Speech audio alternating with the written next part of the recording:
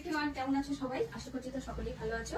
আজকে একটা নতুন ভিডিও নিয়ে আমার বাবাইয়ের বন্ধু সৌম ও ওর বউ নিয়ে আজকে আসবে। কালকে ওদের বিয়ে হয়ে গেছে, ওদের নিয়ম আছে যে কারোর বাড়িতে খেতে হয়।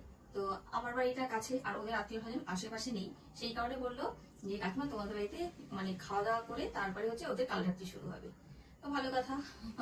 তো তোমাদের দাদা তো মানে শুনে সমস্ত কিছু বাজারঘাট করে ফেলেছে, আর আমি এদিকে সবকিছু রেডিও করেছি। এখন হচ্ছে রান্না বান্না করবো, ওরা আসবে, একটুখানি আশীর্বাদ করবো, ধান দুব্বো দিয়ে আশীর্বাদ করবো। আমাদের যা নিয়ম আর কি, যে নতুন ছেলে বউ এলে একটু আশীর্বাদ করতে হয়, ধান দুব্বো দিয়ে এটাই করবো।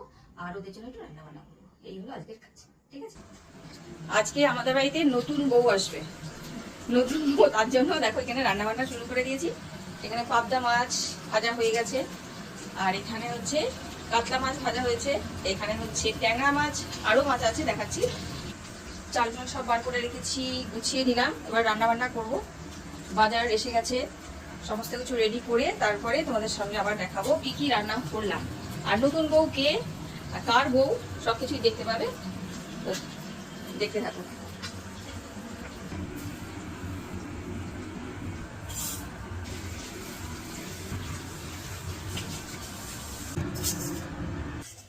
এখানে ট্যাংরা মাছের টক হবে, মশলাটা কষিয়ে নিচ্ছি। ট্যাংরা মাছ ভেজে রেখেছি। আর এখানে মেন যেটা দরকার হচ্ছে যে তেঁতুল।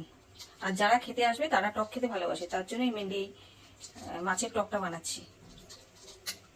তেঁতুলটা ভিজিয়ে রেখেছিলাম, একটু কাইটা বার করে নেবো, ছেঁকে নেবো আর কি।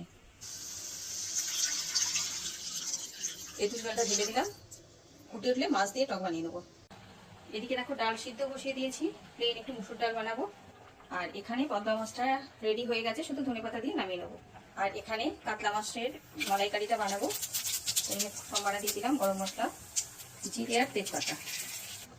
এখানে একটা মশলা বানিয়ে নিয়েছি পেঁয়াজ আর টমেটো দিয়ে, আর অল্প দুটো মানে কাঁচা লঙ্কা দিয়েছি,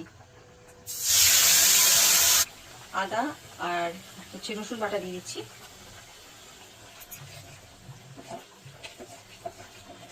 সব শেষে একটু ধনেপাতা ছড়িয়ে দিলাম। পাবদা মাছের ঝাল কিন্তু রেডি হয়ে গেছে, সর্ষে পোস্ত আর হচ্ছে রান্না বান্না কিন্তু অনেকটাই হয়ে এসছে। দেখো এখানে ভাত বসিয়ে দিয়েছি, আর এখানে হচ্ছে পটল ভাজা, গোটা গোটা পটল ভাজা হচ্ছে। আর পাঁপড়টাও ভেজে নিয়েছি, মানে ভাজাভুজি করার আগে পাঁপড়টা ভেজে নিয়েছি।